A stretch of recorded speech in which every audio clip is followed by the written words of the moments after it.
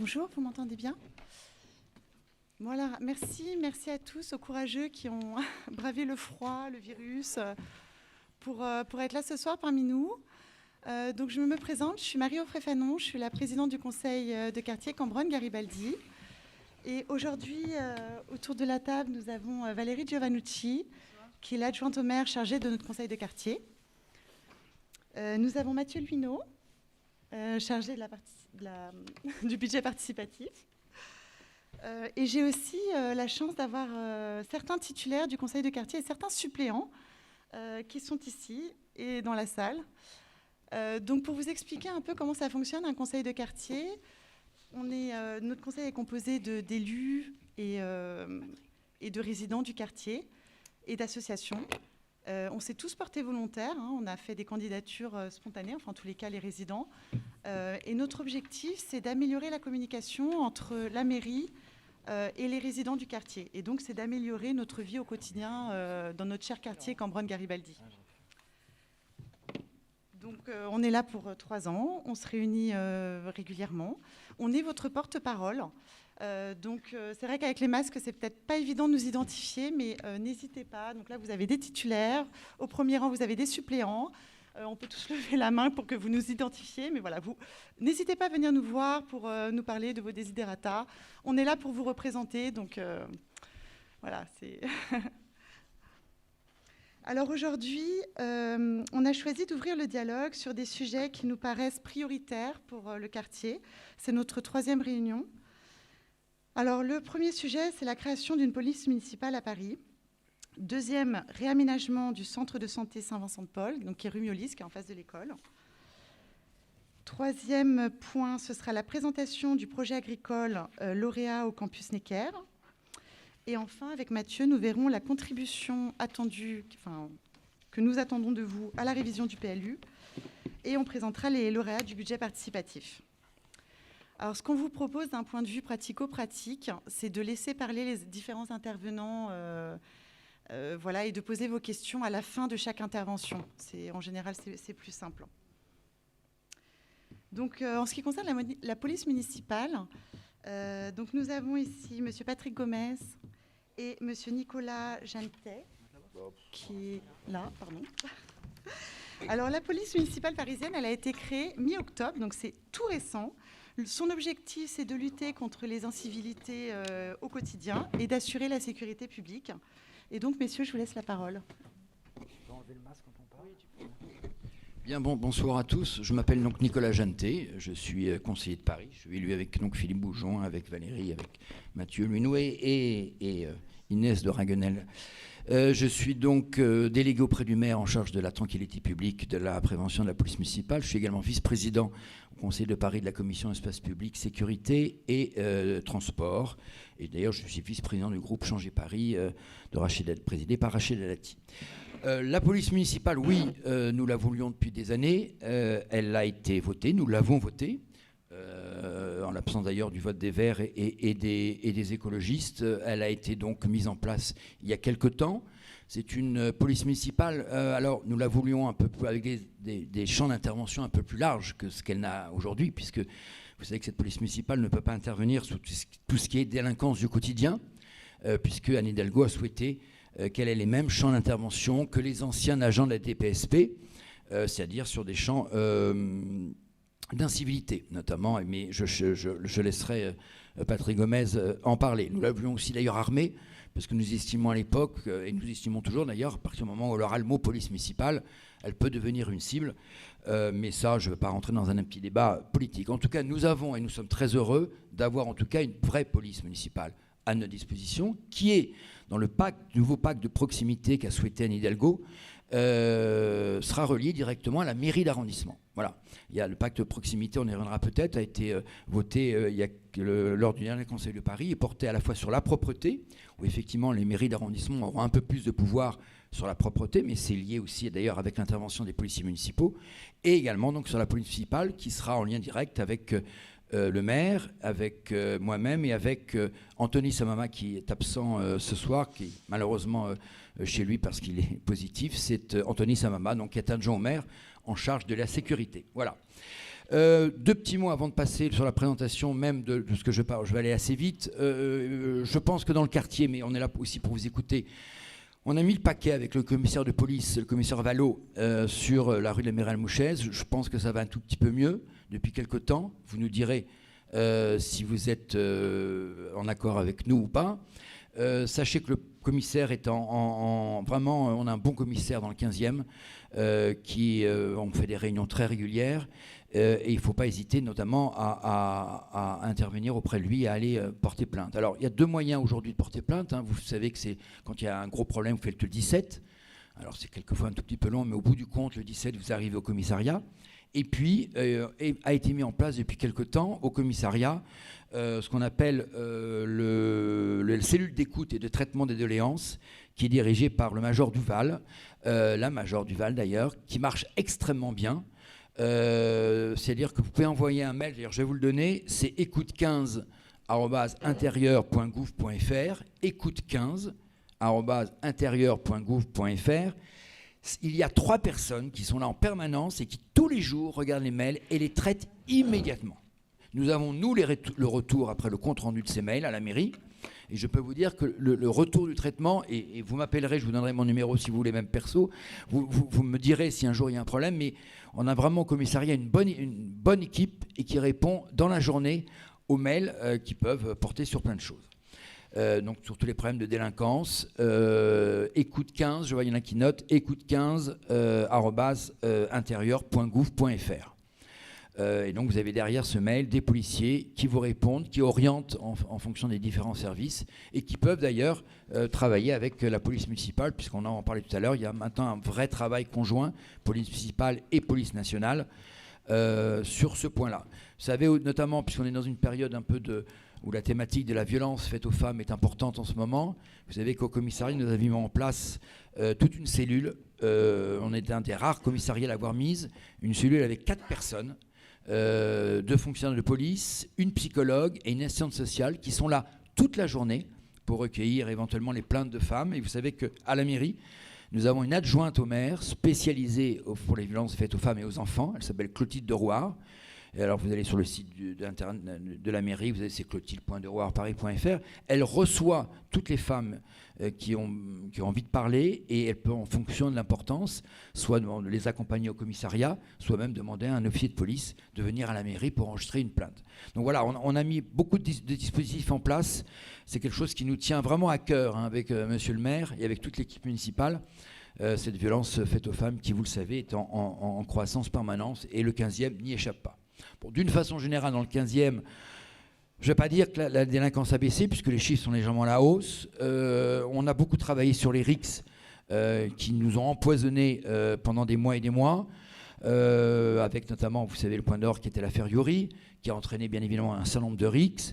On a eu beaucoup peur de l'été. L'été s'est beaucoup mieux passé qu'on ne pensait. Il y a, je l'avoue, je le dis franchement, il y a des rixes encore régulières. Je suis moi-même, on a une boucle dont d'ailleurs la police municipale est avec, avec les éducateurs de rue, les médiateurs, qui nous alertent quand il y a un début de rixe. Donc quand il y a un début de rixe, il ne faut pas hésiter à nous appeler aussi, parce qu'une rixe sur 2 est arrêtée, en général quand on arrive à temps. Un début de rixe, c'est qu'on voyait 4 jeunes, 5 jeunes dans la rue avec des bâtons, ou un regroupement qui vous paraît illicite avec une béquille ou avec des objets d'armes blanches. Là, il ne faut pas hésiter à nous appeler tout de suite, parce qu'on peut envoyer, moi je préviens aussitôt Patrick Gomez, qui 5 minutes après envoie sur place effectivement des agents ou de la police nationale ou de la police municipale. Sachez qu'une rixe sur 2 est aujourd'hui arrêtée. Donc nous avons vraiment fait un gros travail là-dessus. Ça va un tout petit peu mieux, mais ça reste malheureusement cyclique. Les rixes, on en a toujours connu dans toutes nos époques. Là, il y a une petite phase ascendante, mais il n'est pas dit que dans un mois, ça puisse remonter. Et là aussi, on est à votre écoute. Je ne vais pas être plus long parce qu'on est là aussi pour vous écouter, donc vous allez nous parler des problèmes d'insécurité que vous avez éventuellement et sur lesquels vous voulez vous entretenir. Mais je vais tout de suite laisser la parole à Patrick qui va, de façon succincte quand même, nous expliquer un peu le rôle et de la police municipale aujourd'hui. Merci, M. Janté. Bonsoir à toutes et à tous. Donc, Je suis monsieur Patrick Gomez, donc je suis le futur chef de division de la police municipale dans le 15e. Donc je prendrai mes fonctions à partir du 1er janvier. Donc on m'a demandé de venir en faire une petite présentation de la police municipale, la future police municipale. Ce qui est important quand même de préciser, c'est qu'on ne part pas de rien, bien évidemment. On part d'une direction qui s'appelait la DPSP qui compte à ce jour 3300 agents. Qui sont ces agents? D'une part, les inspecteurs de sécurité de la ville de Paris. D'autre part, les ASP, agents de la surveillance de Paris, qui eux étaient affectés dans les commissariats de police et qui s'occupaient de tout ce qui était régulation des déplacements, stationnement gênant, stationnement payant. Donc, à l'occasion de la réforme de l'EPSP il y a 4 ans, ils ont rejoint le giron de la ville. Donc ce sont des agents déjà qui avaient pratiquement toutes les compétences judiciaires des policiers municipaux puisqu'ils ont la qualification d'agents de police judiciaire adjoints. Donc eux déjà, ils ont pratiquement 80% des compétences judiciaires des policiers municipaux. Ce qui n'était pas le cas des inspecteurs de sécurité, hein, qui eux n'ont pas cette compétence et donc vont devoir l'acquérir à travers une formation qui s'appelle la formation de policier municipal, formation initiale d'application. Et donc, pour obtenir cette formation, il faut partir. Alors, pour les agents ASP, inspecteurs qui sont à la ville depuis des années, ils sont sur une formation de 3 mois avec des modules juridiques, police spéciale, rédaction des... Enfin, tout le cursus des policiers municipaux. Alors, je précise que c'est une police municipale qui est faite en totale homologie avec toutes les polices de France et de Navarre. La seule chose qui diffère pour l'instant, c'est, comme l'a expliqué M. Janté, c'est l'armement létal. Il faut savoir que nos agents sont dotés d'un armement bâton de défense, bombes lacrymogènes, bientôt caméra piéton et paire de menottes. Mais pour l'instant, le choix qui a été fait, c'est de ne pas leur donner un armement létal. Voilà. Mais pour le reste, c'est exactement pareil. Il y a des villes de France où les policiers municipaux ne sont pas armés. C'est un choix du maire. Donc voilà. L'idée et l'ambition, c'est vraiment d'atteindre 5000 agents en fin de mandature, avec un objectif qui sont les Jeux Olympiques en 2024. La grande avancée, c'est qu'il y aura une division par arrondissement. Moi, aujourd'hui, je suis le chef de la circonscription 7e et 15e, donc je travaille à cheval sur 2 circonscriptions. À partir du mois de janvier, je ne m'occuperai que du 15e arrondissement. Donc, la mairie de Paris, depuis l'annonce de cette création, fait de gros efforts. Notamment, elle a créé ce qu'on appelle l'école des métiers de la sécurité. C'est une école justement où sont formés les futurs policiers municipaux, donc à raison de 200 policiers par trimestre. Donc là, la deuxième promotion va sortir dans une semaine. Et donc c'est une police municipale qui intervient 24 heures sur 24 et qui peut être jointe via le 3975. La vocation de cette police municipale, c'est pas de remplacer la police nationale. Je complète le propos de M. Chamama, monsieur Janté, pardon.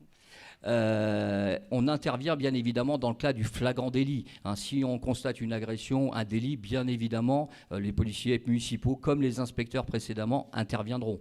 Mais ce n'est pas la mission qui nous est assignée. Nous sommes, nous, dans l'hyper-proximité. Très rapidement, on va travailler à l'échelle des conseils de quartier sur des missions d'îlotage à pied ou à vélo. L'idée, c'est vraiment d'être au plus proche des administrés, des commerçants, des publics vulnérables. Et c'est surtout que les policiers soient reconnus et surtout appréciés. Donc voilà, donc les missions, principalement, donc on va faire du contrôle d'infractions routières, du stationnement gênant, de la régulation des déplacements. On va continuer nos missions historiques qui sont la lutte contre les incivilités, jets de mégots, dépôts sauvages, des épanchements d'urine, enfin toutes les incivilités qui finalement dégradent la cité. On continuera bien évidemment à faire de la sécurisation des équipements municipaux. Vous voyez, les écoles, vous verrez quand vous sortirez, il y a 4 agents qui sont devant la porte, hein, donc les piscines, enfin tout le patrimoine de la ville. Donc on a des missions qui sont extrêmement diverses et variées. Et vraiment, l'idée, c'est également de renforcer la complémentarité avec le commissariat à travers des missions conjointes. Pas plus tard que ce soir, on a commencé à faire une mission sur les vendeurs à la sauvette qui sont à la sortie des métros. Donc, puisque nous, policiers municipaux, nous n'avons pas la compétence pour saisir les marchandises, nous devons être accompagnés par un policier. Donc là, on a mis en place un calendrier et on va mettre en place comme ça des missions conjointes sur les vendeurs à la sauvette, sur les débits de boissons. Voilà, on va pouvoir décliner. On travaille déjà beaucoup avec eux sur les chantiers, sur les terrasses. Vous avez pu noter qu'il ne reste plus beaucoup de terrasses éphémères. Hein, ça a été notre chantier là, pendant 3 semaines avec M. Pinet. Hein, donc voilà. Donc cette police, elle est en place, elle est en action et elle a vraiment vocation à être au plus proche des administrés. Si on parvient à réaliser, c'est vraiment l'ambition. Voilà ce que je vais pas aller plus loin et j'attends si vous avez des questions. Juste par rapport à ce que me dit M. Gomez, donc 2 choses très importantes, parce qu'on a voulu avec Philippe Bougeant, Anthony Samama et toute l'équipe municipale mettre notamment l'action de cette police municipale sur 2 points précis. Cette notion d'îlotage et d'action de proximité. On veut voir des policiers municipaux dans la rue, se balader dans les rues. Et deuxièmement, une chose importante, c'est le code de la route. Alors ça, c'est un débat qu'on a beaucoup, puisque vous savez qu'il y a un problème de l'espace public aujourd'hui, hein, entre les vélos, les trottinettes, les bus et, bien évidemment, le grand oublié un peu, c'est le piéton. Alors nous avons d'ailleurs demandé à la mairie de Paris, lors du dernier conseil de Paris, j'ai demandé un grand plan piéton qui doit être travaillé dans les mois à venir. Et notamment, on a eu le débat hier, j'étais pas présent, mais sur le vélo, avec les fameux pistes cyclables, et notamment, je fais du vélo, donc je suis un cycliste, et je crois qu'Inès aussi, mais ces cyclistes finalement qui ne respectent pas les feux. Voilà. Et donc la police municipale, une des actions qu'on a demandé, c'est bien de contrôler ces infractions au code de la route, que ce soit les trottinettes ou les vélos, pour qu'on respecte à nouveau l'espace public et qu'on redonne aux piétons notamment le trottoir, puisqu'on sait que depuis quelque temps c'est dangereux, c'est invivable, on pourrait dire par moment. Et donc ça, c'est une de nos priorités voilà, qu'on s'est fixée avec le maire Philippe Bougeant. Voilà la petite précision que je voulais faire sur cela. Mais Madame la Présidente, si je ne sais pas comment on fait, on me demande d'avoir peut-être des questions sur ce thème-là, et puis après on change de thématique. Oui. Est-ce que vous avez des questions? Est-ce que il y a un micro qui est ici, donc que vous pouvez poser là sur cette première thématique toutes les questions sans joker de notre part. N'hésitez pas à parler de vos situations personnelles. Oui, d'un problème à un coin de rue. Patrick Gomez est là, donc justement, s'il y a même un... Dites-nous tout ce que vous avez sur le cœur. Est-ce que la police municipale intervient dans le problème de voisinage? Parce que moi, j'en ai eu, c'est réglé, mais c'est très compliqué. 2 choses. Je vais laisser parler à Patrick Gomez. Sur les problèmes de voisinage, la police municipale, il le dira, ne peut pas rentrer, effectivement, dans les immeubles. Il n'y a que la police nationale qui peut rentrer, sauf si les immeubles, l'ensemble des propriétaires ont signé avec le syndic une autorisation pour permettre à la police municipale de rentrer. Si par contre vous êtes dans un HLM, il y a un service privé, le GPIS, qui lui est un très bon service, lui intervient en revanche dans les halls et peut pénétrer dans les immeubles. Mais aujourd'hui, dans les troubles de voisinage, mais je vais lui laisser la parole, on ne peut intervenir qu'à l'extérieur et on ne peut pas faire une intervention, bien évidemment, dans les immeubles et même sonner chez les gens. Il n'y a là que la police nationale qui peut le faire. Moi, c'est un problème qui est réglé, mais on ne sait jamais pour la suite, quoi. Ça a été réglé, mais bon.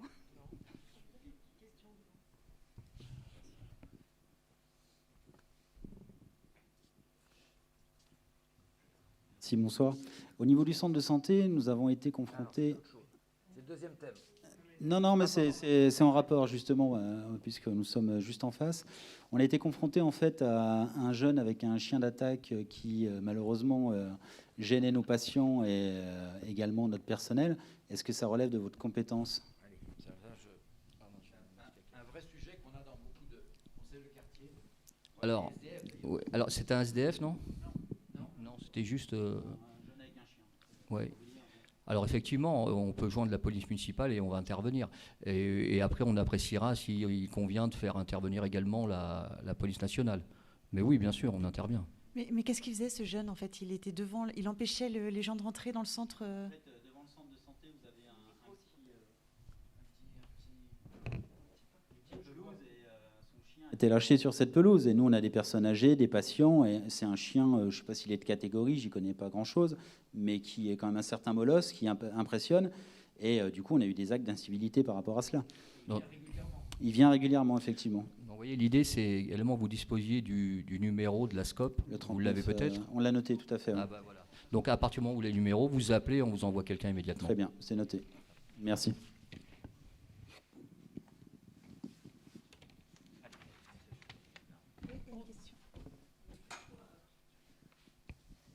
Juste pour soutenir le plan de faire des contrôles sur la circulation et sur le respect. Je suis cycliste aussi, hein, donc, mais j'ai failli me prendre plusieurs fois des cyclistes à des carrefours. Donc voilà, comme on est tous usagers de la route, dès qu'on est sur la voirie, voilà, tous qu'on respecte les mêmes routes et les mêmes règles, il faut peut-être juste le rappeler aux gens, parce que c'est vrai qu'à vélo, on fait plus d'efforts et que donc quand on s'arrête, il faut redémarrer, c'est sûr, il faut faire des efforts en plus. Surtout si on n'a pas un vélo électrique. Mais voilà, en termes de sécurité, ce serait utile. C'est aujourd'hui, je l'avoue, un énorme problème à Paris. Il y a une absence de coordination du schéma global de mobilité. Ça va, je pense, se réguler dans les mois et les années à venir. Mais c'est vrai que d'un seul coup, là, il y a un plan vélo qui a été voté. Il y a des pérennisations de coronapistes. Il y a de nouvelles pistes qui vont arriver. Donc, ça, bon... Vous savez que nous sommes dans l'opposition à Madame Hidalgo. C'est vrai que ça va pour nous dans tous les sens. À chaque Conseil de Paris, on essaie de remettre de l'ordre, de rappeler tout ça. Le plan vélo, le point positif du plan vélo, hein, qui a été voté pour 250 millions d'euros sur toute la mandature de Madame Hidalgo, un des points positifs, c'est notamment la formation qu'il y aura dans toutes les classes CM2 et CM1 de Paris. Donc pour apprendre les jeunes à la fois à faire du vélo et également au code de la route. Donc ils vont commencer très tard, mais c'est vrai qu'il y a un problème général de schéma de mobilité à Paris et la police municipale, je pense que ça va être une des actions prioritaires. Vous avez déjà commencé, notamment de se mettre au feu. Alors c'est vrai que nous cyclistes, quelquefois, quand c'est rouge et qu'on voit et que de l'autre côté on voit pas de voiture, on est quelquefois tenté de se dire allez hop, on y va, mais voilà, il faut qu'on évite et qu'on impose tous nos règles, voilà. Oui, je veux souligner que c'est pas un problème jeune-vieux, hein, parce que c'est pas un problème jeune-vieux, c'est pas les jeunes qui respectent pas et les vieux qui respectent. Oui, ça va. C'est vraiment chacun, intergénérationnel. Il faut qu'on se réapproprie l'espace public et que chacun fasse respecter à nouveau les règles, parce qu'effectivement, il y a les trottinettes, demain il y aura autre chose, et donc il faut qu'on impose à nouveau ces règles et qu'on les fasse respecter. D'ailleurs, c'est un des objectifs de la police municipale. Juste pour compléter, alors il faut savoir aussi qu'il y a il y a des milliers de vidéos verbalisation, hein, qui se font via le SCOP. Donc bon, là ça concerne plus les véhicules bien sûr que les vélos ou les trottinettes, mais c'est un axe de travail sur lequel nous on va beaucoup insister, hein, tout ce qui est vélo, infraction des vélos, des trottinettes, les scooters, on est dessus, quoi.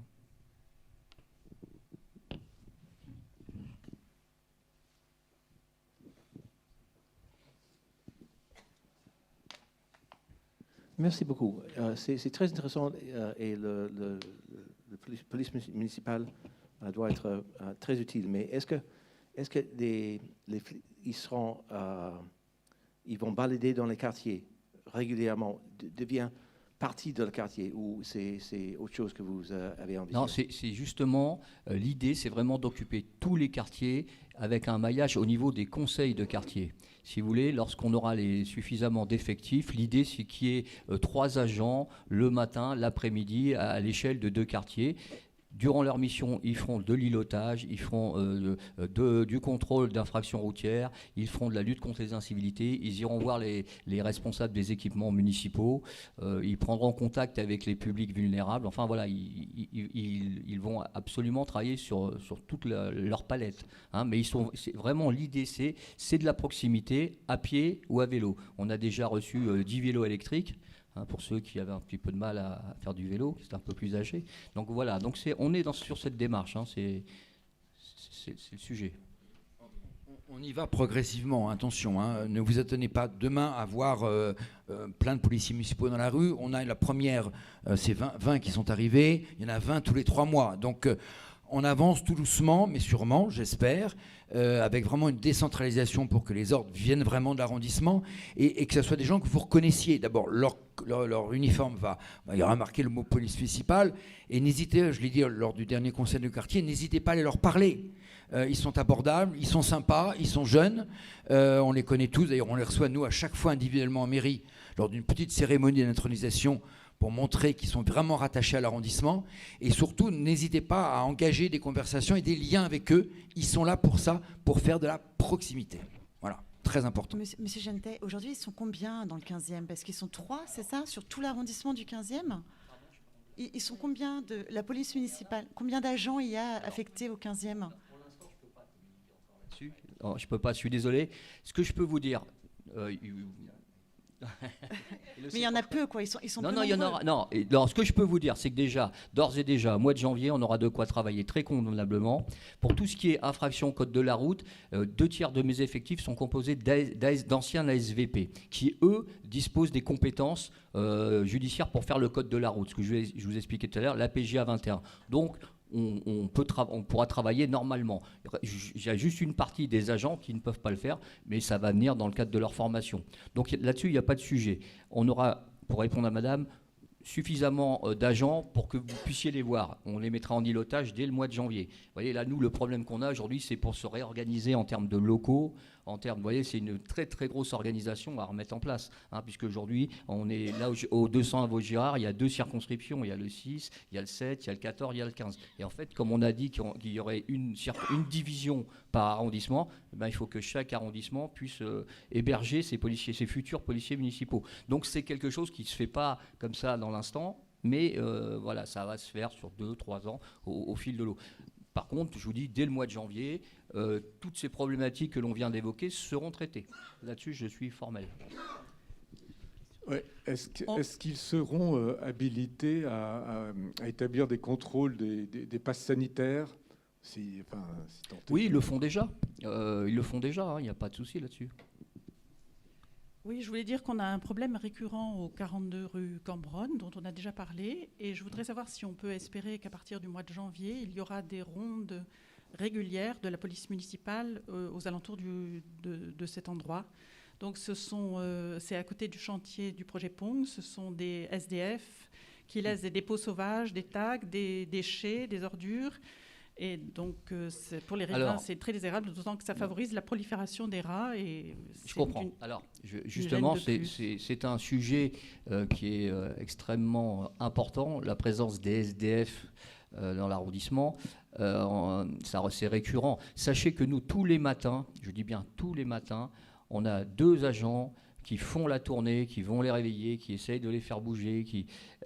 Mais c'est très compliqué parce qu'un SDF, il faut bien comprendre une chose, on ne peut pas le faire bouger contre son gré.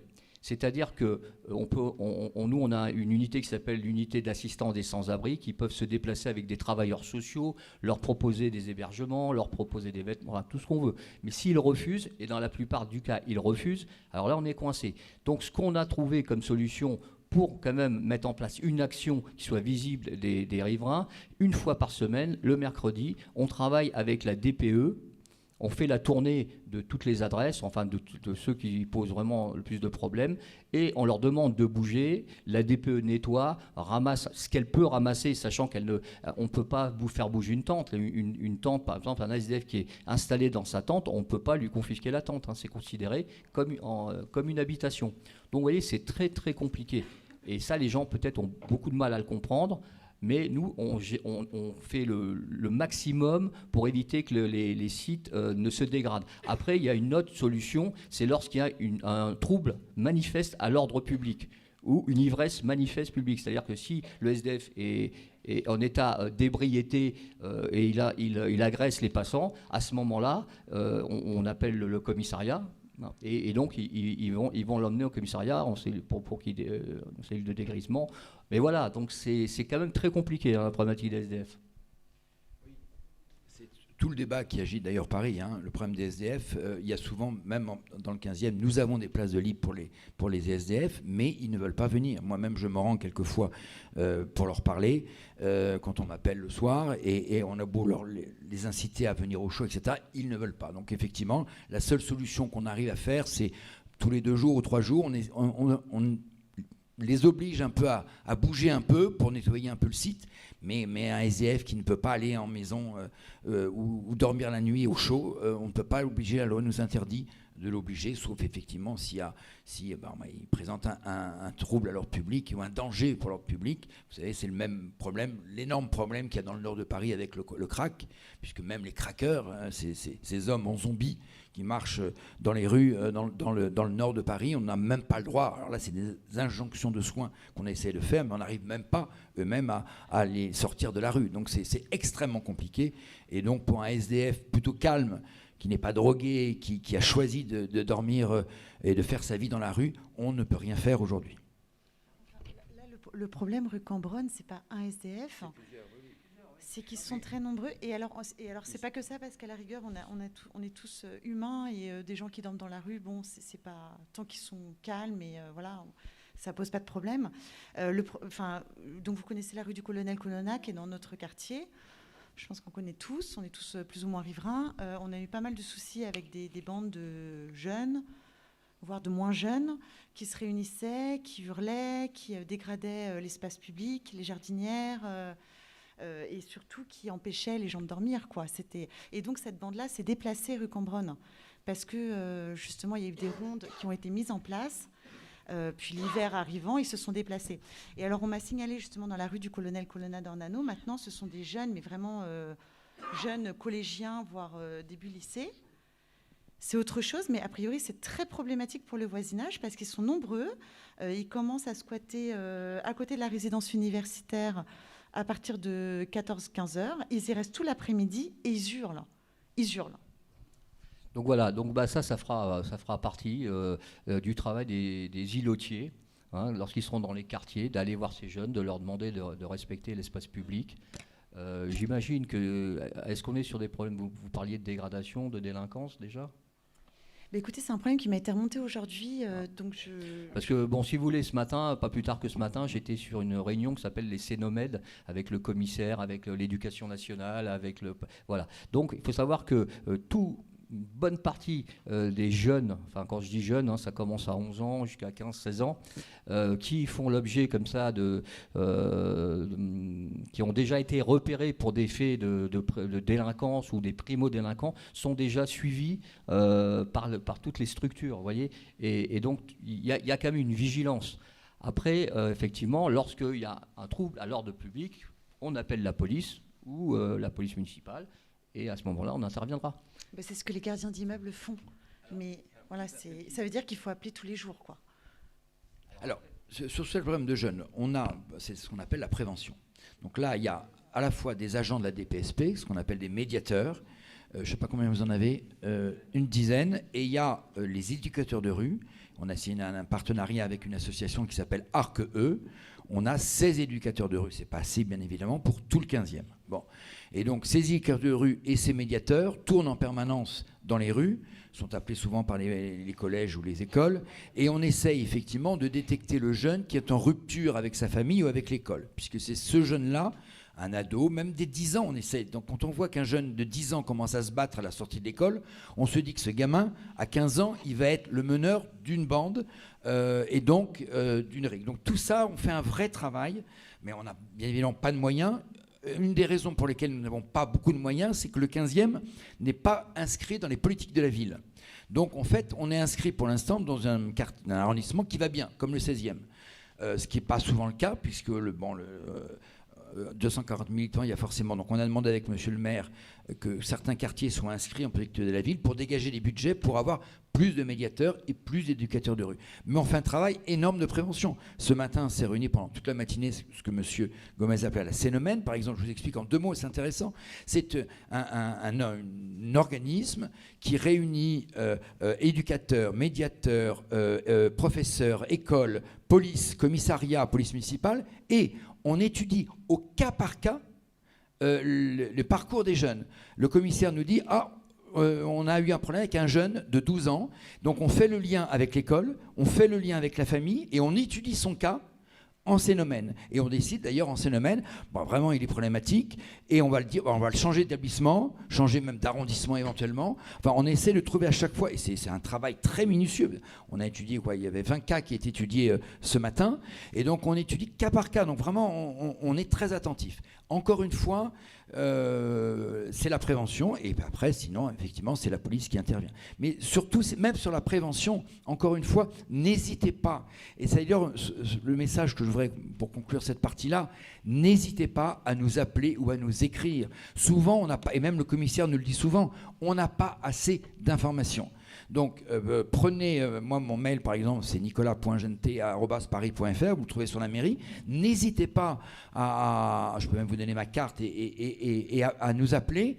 On est là, même le soir, je préfère venir plusieurs fois, notamment sur la Dalle-Beaugrenelle, j'ai préféré venir à 23h avec les habitants pour me rendre compte de ce qui se passe, pour mieux ensuite en parler soit à M. Gomez, soit au commissaire de police, soit en faire une réunion à la mairie, pour qu'on vraiment travaille la question. Donc souvent, on manque d'informations, et donc n'hésitez pas à nous appeler pour qu'on puisse venir sur le terrain, constater et ensemble trouver une solution. Il y a des solutions en termes de prévention, en termes de... Voilà, c'est très très important.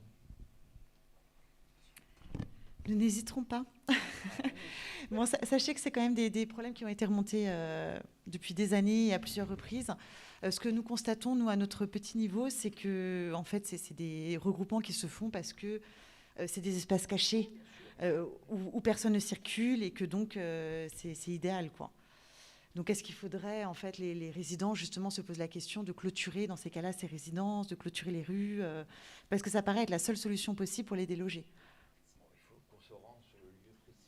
On peut très bien, Madame la Présidente, on peut très bien un jour décider, vous me dites ça, dans une semaine, on décide d'un rendez-vous spécialement avec M. Gomez, moi-même, on se rend sur le lieu, Valérie, je ne sais pas ce que tu en penses, et on se rend un soir et on constate, on voit qui sont ces jeunes, parce que nous on les connaît un peu, on voit l'esprit, on voit un jeune, vous savez, on voit un peu le type de jeune et on sait quelle réponse souvent apporter. Mais n'hésitez pas à nous appeler pour qu'on fasse une réunion un soir sur place, bien sûr. Oui, alors du coup, je connais un petit peu le sujet parce que j'ai eu les gens de Valérie Vrinde du 15 Villa Poirier. Donc en fait, il y a deux bandes. Il y a une bande de jeunes entre 15h et 18h et ensuite une bande de personnes un peu plus âgées. Il y a une suspicion peut-être de deal, mais de toute façon, j'avais contacté Anthony Samama, donc, qui a dû intervenir. Et je pense qu'il a dû aussi vous en faire part pour faire passer justement les DPSP ou la police nationale, le cas où ça serait nécessaire. Mais effectivement, on peut faire une réunion sur place parce qu'ils sont assez nombreux dans cet immeuble et ils sont il y a beaucoup de nuisances, ils sont très, très dérangés. Donc j'ai plusieurs contacts, moi je te les ferai parvenir. Ça peut être très bien. Merci. Je voulais avoir juste une question. Bonsoir. Est-ce que vous avez le droit d'intervenir dans une propriété privée? On en revient à ce qui était dit tout à l'heure, c'est-à-dire si on clôt, si on fait une... Oui, à ce moment-là, ça change un certain nombre de choses. Est-ce que vous avez le droit de... Vous parlez d'un immeuble fermé? Oui, par exemple. Un jardin devant. Mais justement, ce jardin, est-ce que c'est la propriété privée? Puisque maintenant, vous savez que la loi oblige quand on construit à mettre en retrait. Il est public.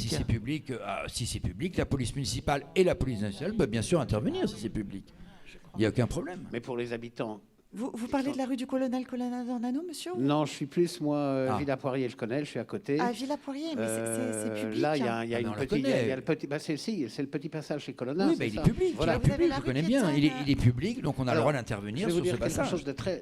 C'est assez étonnant, parce que quand il y a des habitants du quartier qui vont avec leurs chiens, puisque c'est un endroit idéal pour promener les chiens, les jeunes n'aiment pas ça. Parce qu'ils n'attaquent pas parce qu'il y a les chiens. Voilà, je vous donne juste ça, c'est un constat tout bête. Oui, alors merci parce qu'en fait c'est quelque chose qu'on avait porté avec le conseil de quartier, de créer un espace canin dans cette rue, parce qu'on avait fait la même observation, qu'on préférait avoir des promeneurs avec leurs chiens plutôt que des groupes de jeunes et parce que les jeunes, ils se disent, attends, le chien... on a vu les faits divers qu'il y a, vous voyez, avec les chiens. Alors les chiens sont joyeux, ils rigolent bien, mais les jeunes, je constate, c'est incroyable.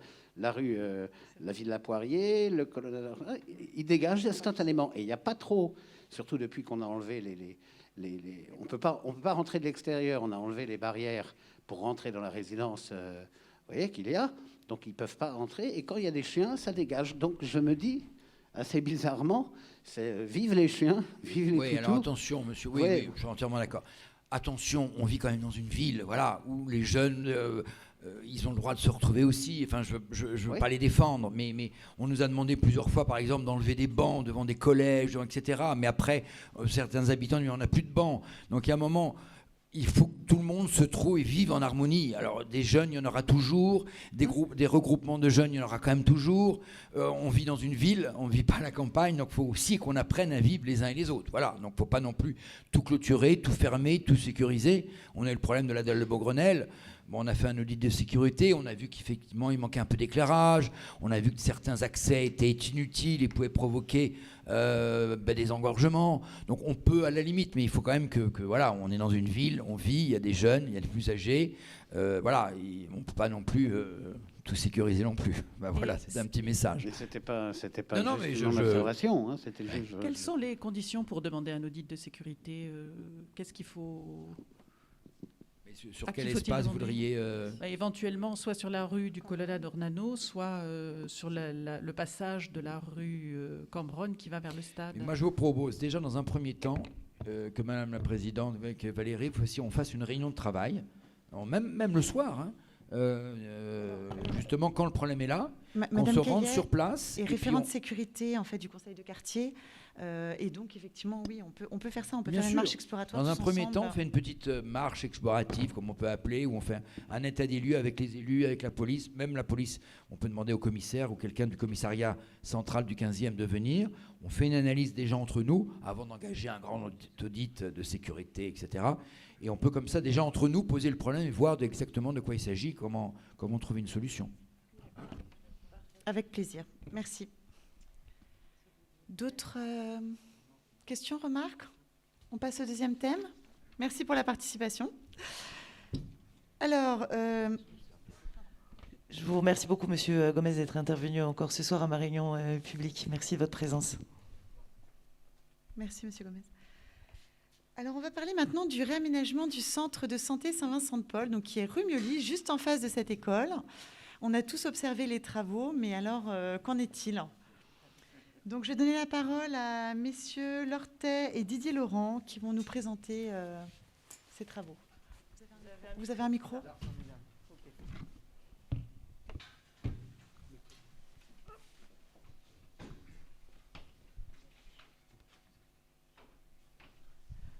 Bonsoir à toutes et à tous. Merci beaucoup de nous avoir invités à cette réunion du conseil de quartier. Alors, le centre de santé Saint-Vincent, c'est un centre qui a été construit en même temps que la résidence L'Harmoniale que vous avez en face, donc il date du milieu des années 70. Et il est la propriété de la compagnie des Filles de la Charité de Saint-Vincent-de-Paul, d'où son nom. Et nous, Fondation Œuvre de la Croix Saint-Simon, on est arrivé en octobre 2018, on a signé avec les sœurs un mandat de gestion. Et donc ce mandat de gestion, il a duré jusqu'en mai 2021. Et donc, dans le cadre de ce nouveau bail qu'on a signé avec les sœurs, on s'est dit, le centre de santé Saint-Vincent, il a un vrai potentiel, il y a un vrai besoin dans le quartier, médical, paramédical. Et donc, aujourd'hui, c'est un centre qui est tout petit, il y a une vingtaine de praticiens seulement. Vous avez 3 médecins généralistes, vous avez un petit peu de médecine de spécialité, dermato, gynéco, ophtalmo, ORL, urologue, voilà. Ensuite, vous avez un pôle paramédical avec une infirmière IDE qui est là en cabinet, qui va faire aussi des domiciles, puisqu'elle en faisait dans les mois précédents. Et puis, vous avez aussi une orthophoniste et 2 pédicures podologues. Et donc, la Fondation Croix Saint-Simon, en arrivant en octobre 2018, s'est dit ce centre, il a un vrai potentiel. Et donc, il faut simplement que ce centre atteigne la taille critique. Et donc, c'est dans ce cadre-là qu'à partir de mai 2021, nous avons investi plusieurs millions d'euros pour rénover et étendre ce centre de santé. Pourquoi l'étendre ? Parce qu'en fait, le centre, il est sur 2 niveaux. Il y a le rez-de-chaussée qui fait environ 430 mètres carrés, et puis en dessous, il y a un sous-sol qui fait 450 mètres carrés. Et donc, les travaux, ils sont prévus en 2 phases.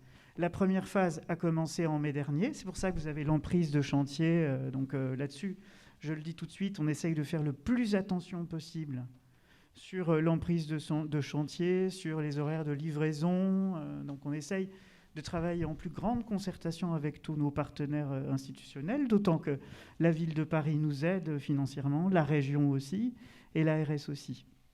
Donc je disais 2 phases. Première phase a commencé en mai dernier, va se terminer en avril prochain. C'est le sous-sol.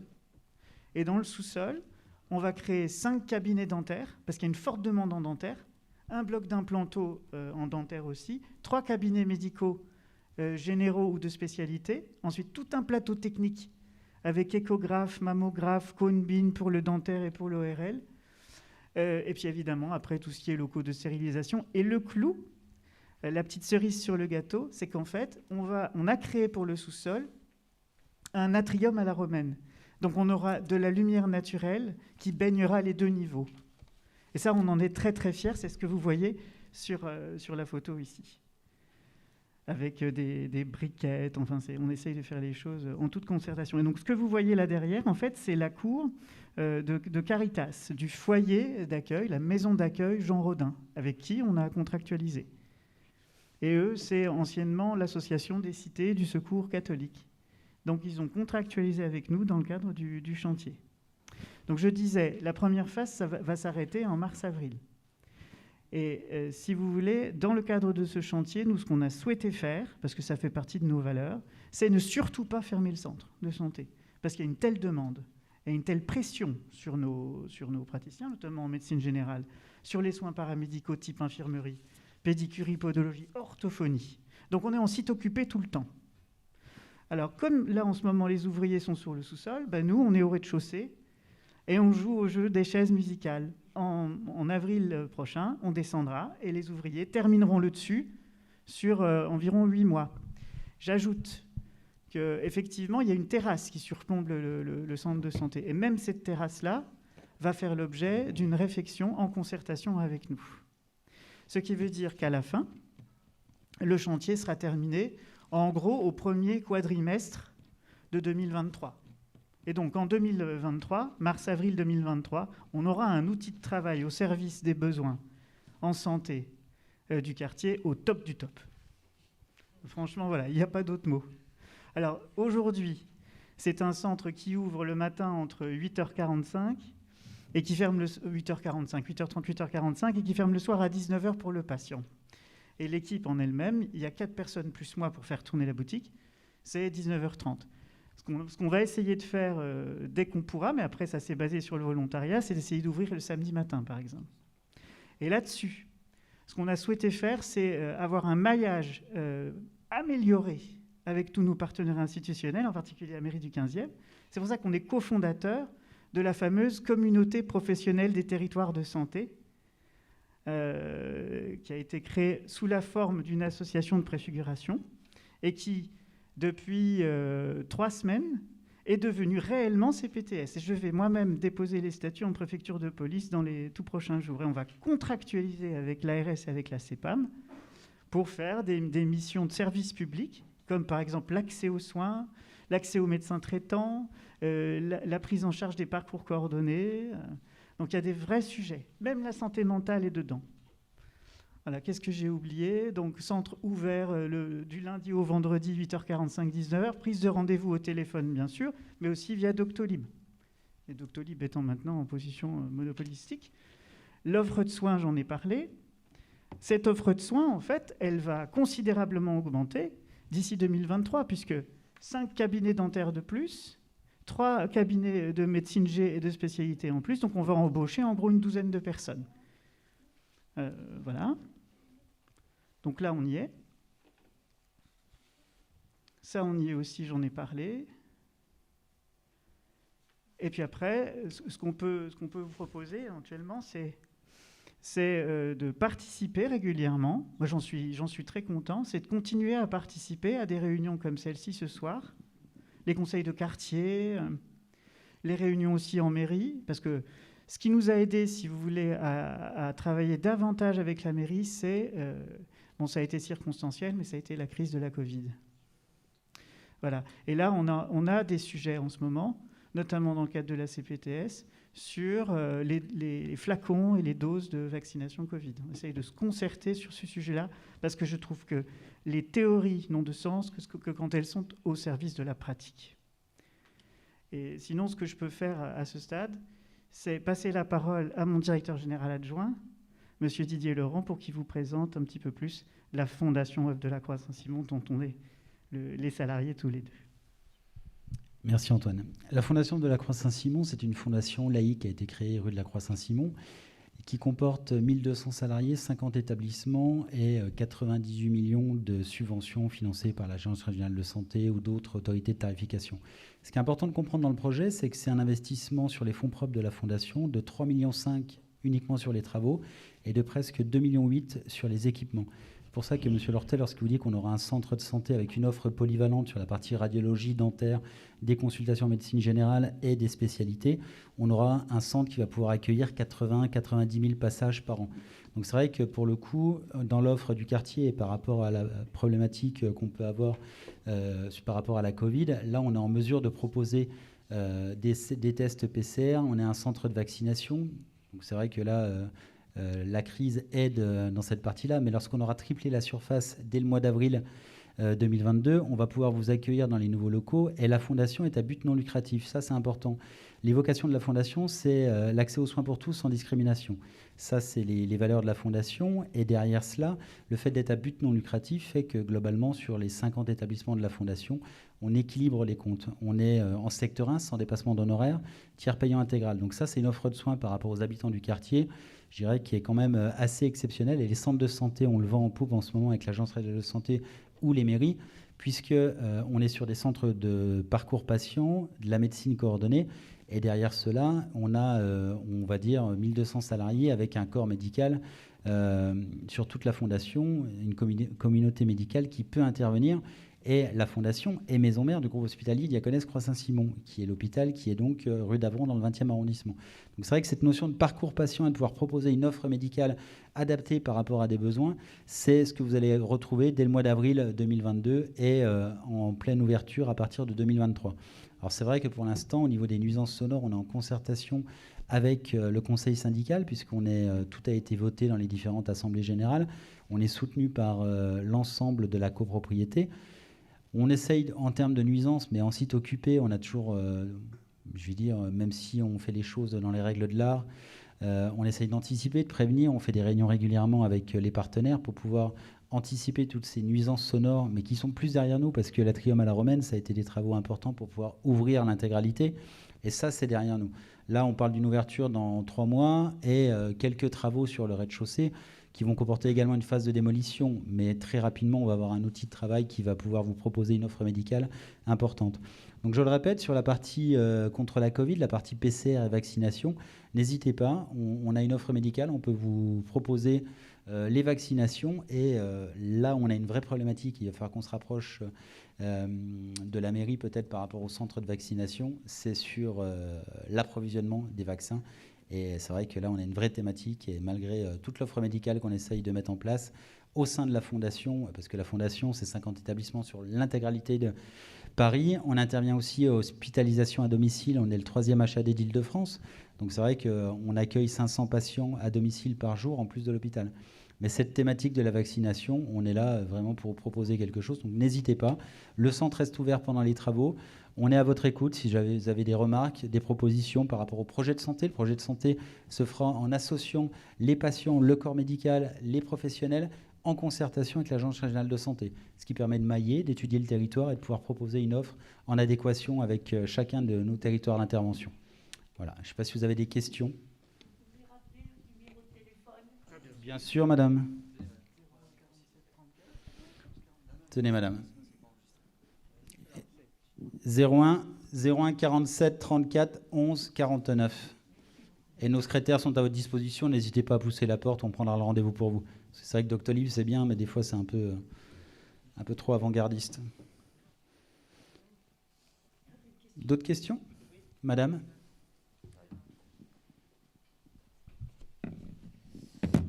Non, bravo pour ce projet. Moi, je connais la fondation de l'œuvre de la Croix-Saint-Simon par ailleurs. Et vous faites des choses formidables.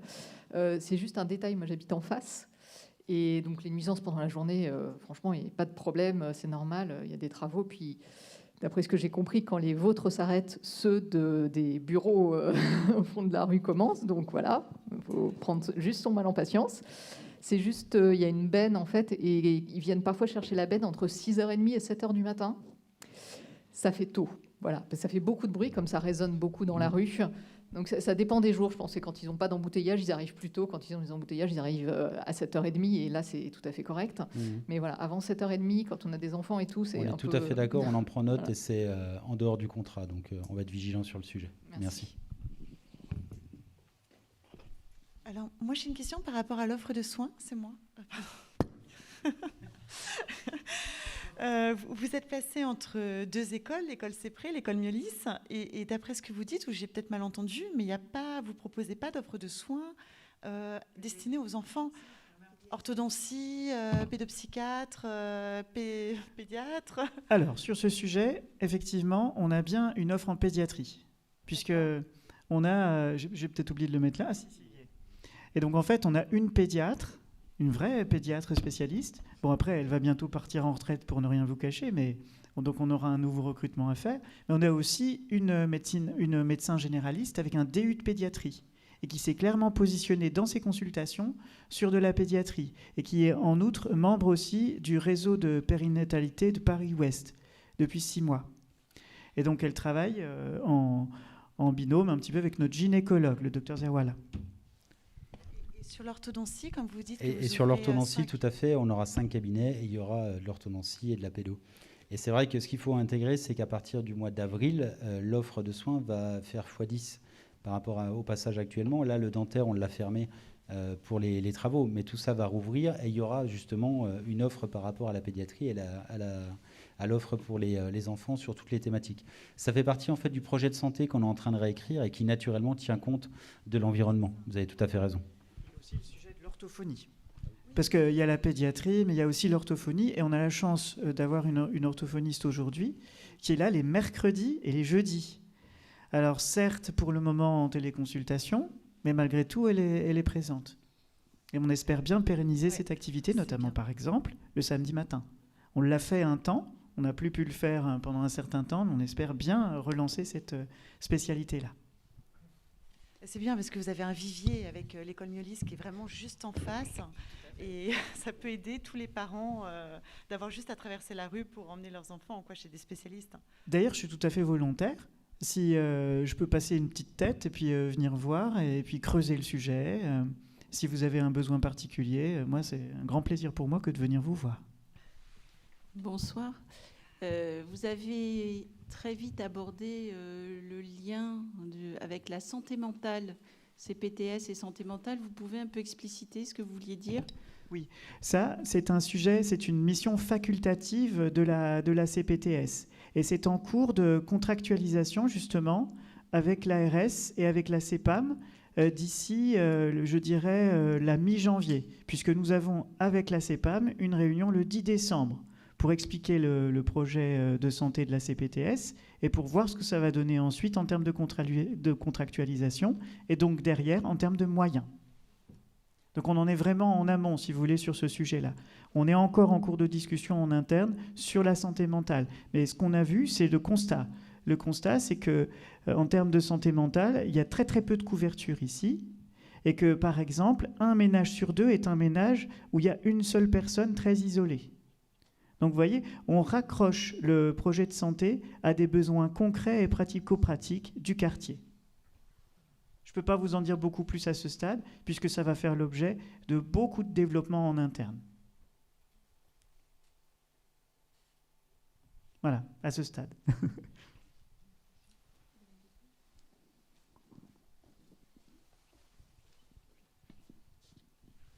Merci beaucoup. Juste pour dire que mon généraliste est là dans votre centre et c'est super bien de l'avoir là. Et c'est très facile à avoir des rendez-vous très rapidement. Merci beaucoup.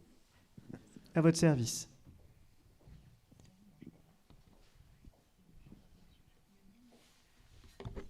Donc moi, c'était également sur l'offre de santé mentale, puisqu'en effet, là, avec le confinement, pour obtenir des rendez-vous dans des CMPP, etc., c'est terrible. Donc c'était savoir, est-ce qu'il y aurait une offre en termes de psychiatrie et de psychologue à terme dans...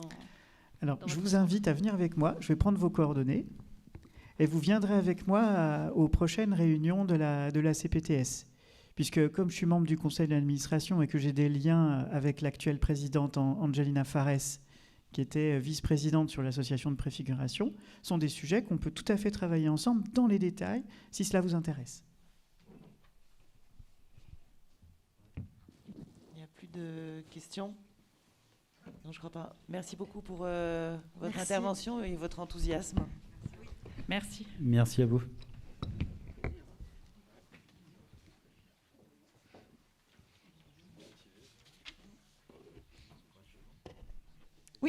Alors, on passe au point suivant. Le jardin du campus Necker, donc, qui se trouve au 156 rue de Vaugirard. Donc, depuis 2016, la ville de Paris a mis en place le programme Paris Culteur. En fait, c'est une abréviation entre Paris et agriculteur, je pense, pour faciliter et accélérer l'installation de projets agricoles à Paris. Et donc, nous avons les lauréats de ce projet avec nous ce soir. Merci à vous de vous être déplacés et bienvenue. On est à votre écoute.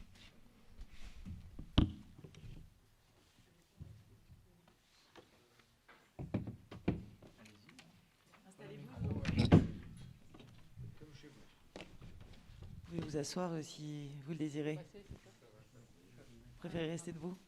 Il fait moins froid. Le voilà.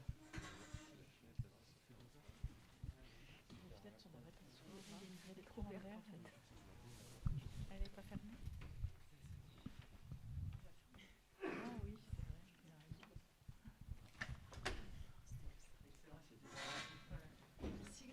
Merci Grégoire.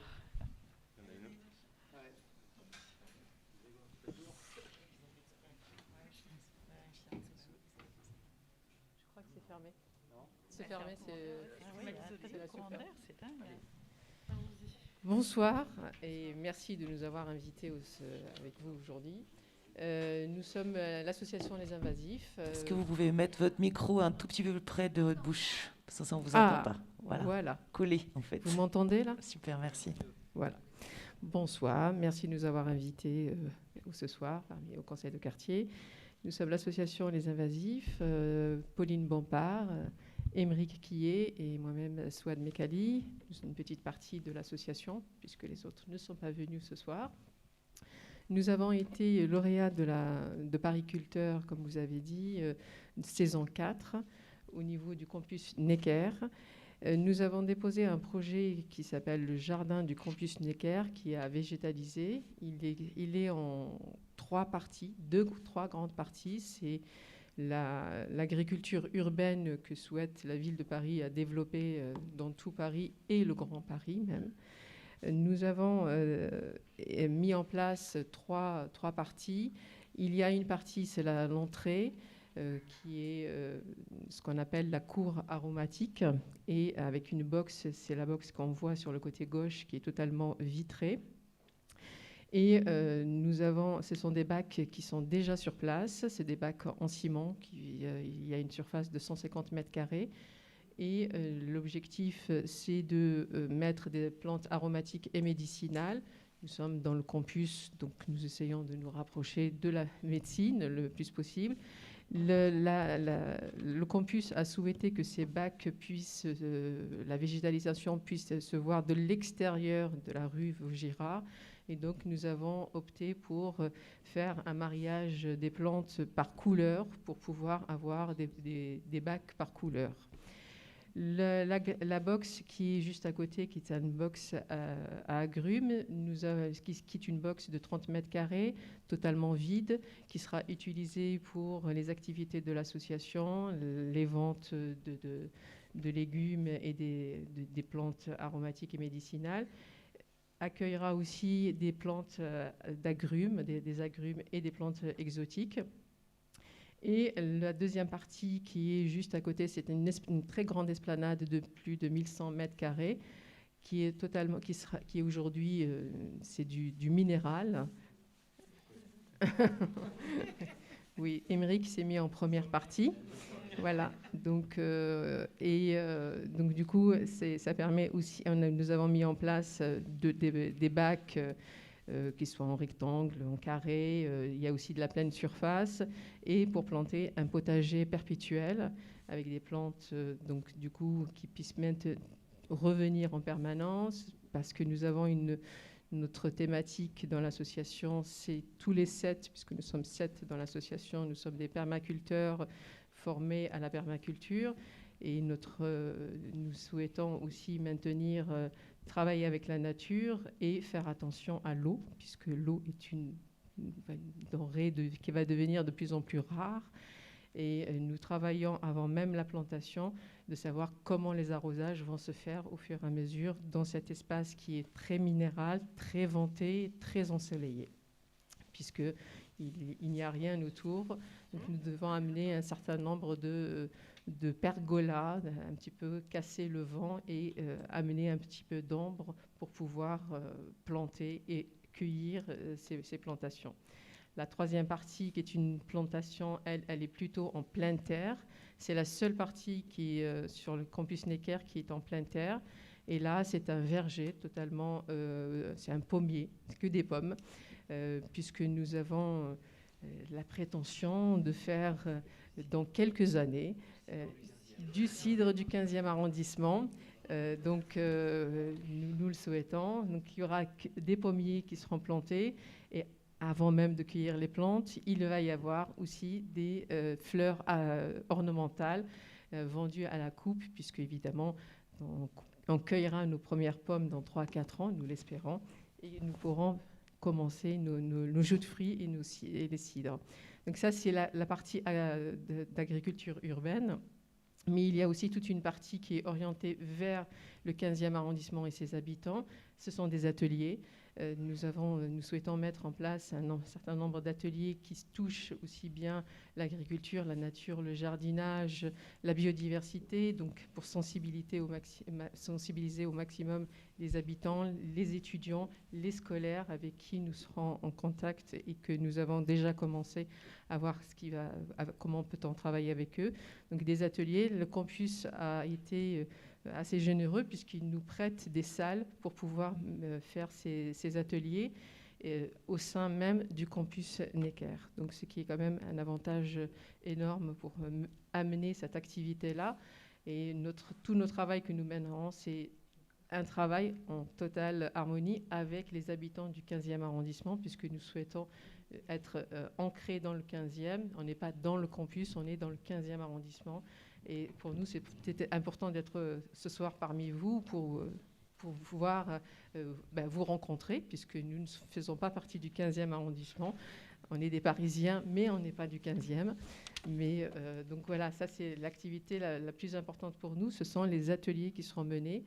Et donc toutes les récoltes qui sont à récupérer seront vendues sous forme de paniers, aussi bien pour les étudiants, le personnel du campus, mais aussi ouverts vers les habitants du 15e.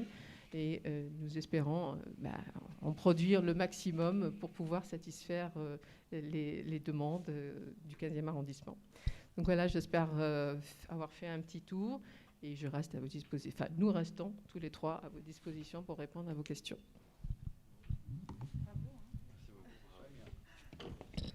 Prenez le micro. Bonsoir, bravo pour cette belle initiative. Si j'ai bien compris, vous êtes 7 permaculteurs, c'est ça ? Les fondateurs de l'association. D'accord. Et vous avez plusieurs jardins à Paris, ou ça va être le premier ou... Parmi les 7, on s'est regroupé à 7 et ce sera le premier de notre groupe des 7. Mais nous avons fait autre chose ailleurs. Par exemple, pour ma part, je me suis occupée d'une friche dans le 17e et je m'en occupe jusqu'à aujourd'hui de 3000 m². D'accord. Ok. Merci beaucoup. Mais donc, c'est votre métier, en fait? C'est vous qui allez vous occuper de ça à plein temps? C'est comme vous êtes une association, j'essaie de comprendre. Alors, nous sommes les 7 permaculteurs. Nous sommes de professions différentes. Nous avons tous un profil particulier. Vous avez devant vous c'est plutôt les voyages. Elle travaille dans le voyage et c'est aussi un professeur de yoga. L'événementiel de ce côté-là, le côté droit, mais aussi une future agricultrice, parce qu'elle est en cours de formation actuellement. Elle passe son BREA à Saint-Germain-en-Laye, c'est ça. Donc nous avons aussi une architecte, il y a aussi une paysagiste et nous avons aussi un musicien qui est devenu agriculteur cette année puisqu'il a passé il était à l'école du Breuil pour passer le BREA. Je suis avocate de profession et je suis permacultrice en plus. Donc voilà. C'est très impressionnant, hein, bravo.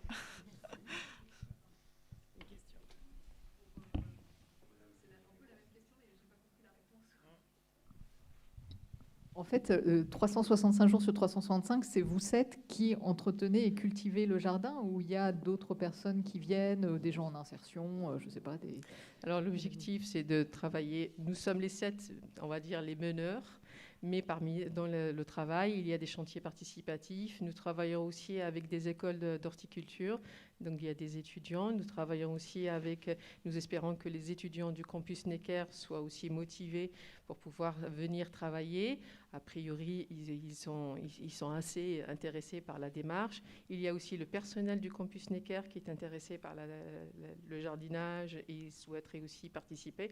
Donc il peut y avoir. Il y a aussi les ouvertures à un moment donné. Nous espérons aussi que les habitants du 15e viennent donner un coup de main et participer, puisqu'il y aura des portes ouvertes, il y aura des moments d'appel de chantier. Donc les chantiers participatifs sont ouverts à un moment donné à tout le monde et ceux qui souhaitent, les bénévoles. Mais donc c'est que du volontariat en fait, parce que j'ai du mal à comprendre, il va falloir récolter, enfin il va falloir les faire vivre ces cultures. Donc ça demande, j'imagine, une attention au quotidien. Alors il y a les bénévoles dont je vous ai parlé qui permettent de travailler sur toute l'année, mais nous prévoyons d'embaucher un poste. Là il y a un poste qui est déjà budgété. Mais on verra au fur et à mesure comment ça va se passer pour avoir peut-être un deuxième poste d'un jardinier, d'un agriculteur. On verra comment ça va se passer. Mais il est prévu un poste pour une personne, soit à plein temps, soit à mi-temps, pour l'entretien du jardin.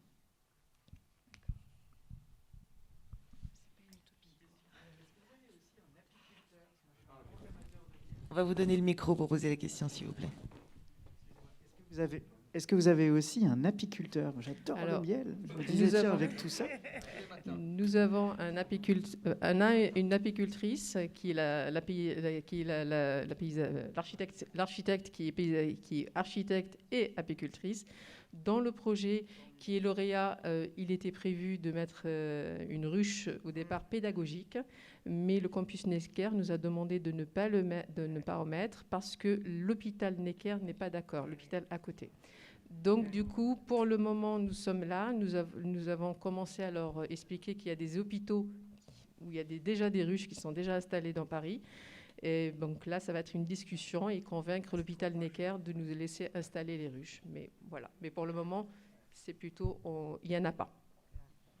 On espère le faire. Vous savez que dans le 15e, il y a aussi tout l'espace Porte de Versailles. Et moi, je mange tous les matins du miel de la Porte de Versailles et il est excellent. Voilà. Et d'ailleurs, c'est des ventes bio qui ont lieu devant la mairie, je crois. Mathieu, il va peut-être une fois par mois, je crois. Moi, je vais l'acheter là-bas, d'ailleurs, devant la mairie, sur un stand. T'as pas les... Bon, voilà, mais... Ben, bien sûr, par Brassens aussi. On a beaucoup de lieux, voilà, mais le miel le matin, c'est excellent. Nous sommes ravis de le savoir.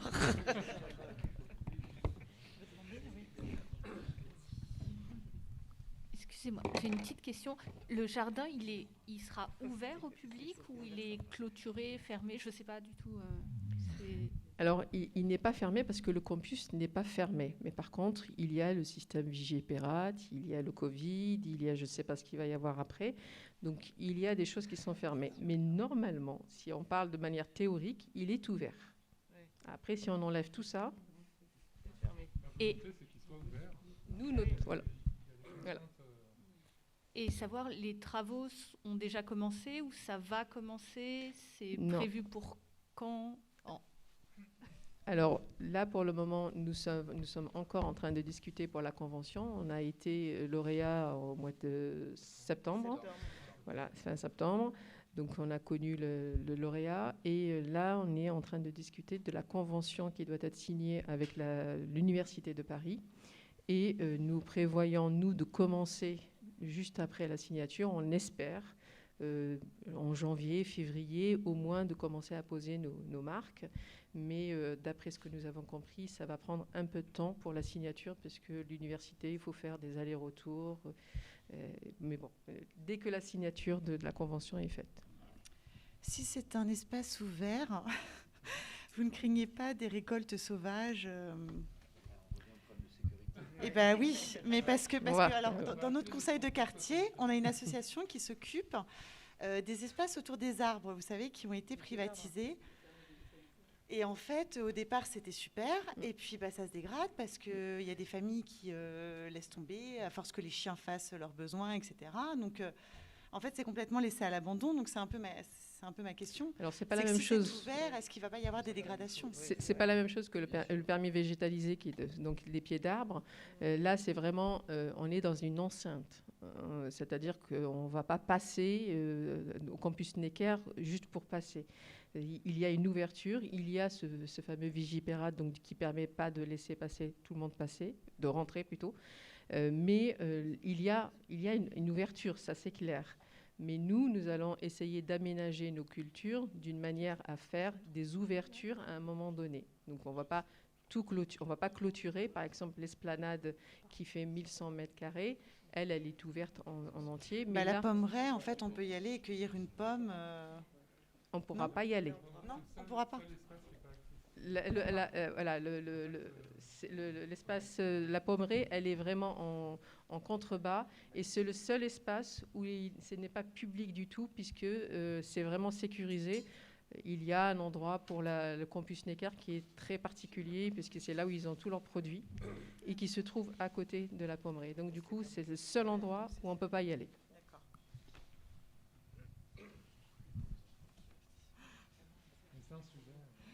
Non, je vous taquine, mais parce qu'on entend tellement de choses.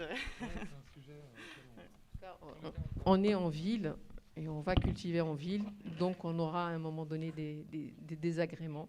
Et il va falloir aussi, nous avons prévu avec le campus de faire une réunion avec les étudiants, avec le personnel, pour expliquer notre démarche et ce que nous allons faire et comment on peut travailler avec eux.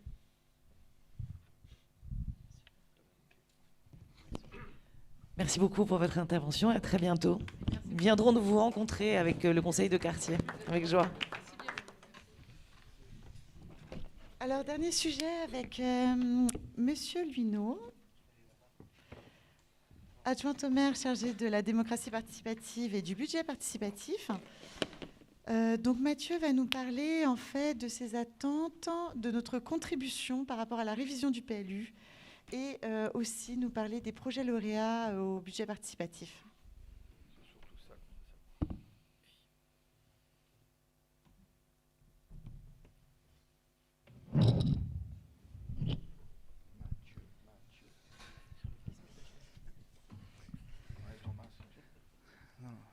Et bonsoir à tous. Donc merci. Juste quelques mots donc pour commencer sur la révision du plan local d'urbanisme. Vous le savez peut-être, donc la ville de Paris s'est engagée dans la révision de son plan local d'urbanisme, donc le PLU. On a commencé ça en début d'année. Donc c'est un travail de longue haleine qui va nous mener progressivement jusqu'à la fin 2023, début 2024. Donc pour refaire le plan local d'urbanisme parisien, qui est un plan local d'urbanisme qui va engager la ville de Paris sur les 10-15 prochaines années, puisque c'est la durée de vie classique d'un plan local d'urbanisme.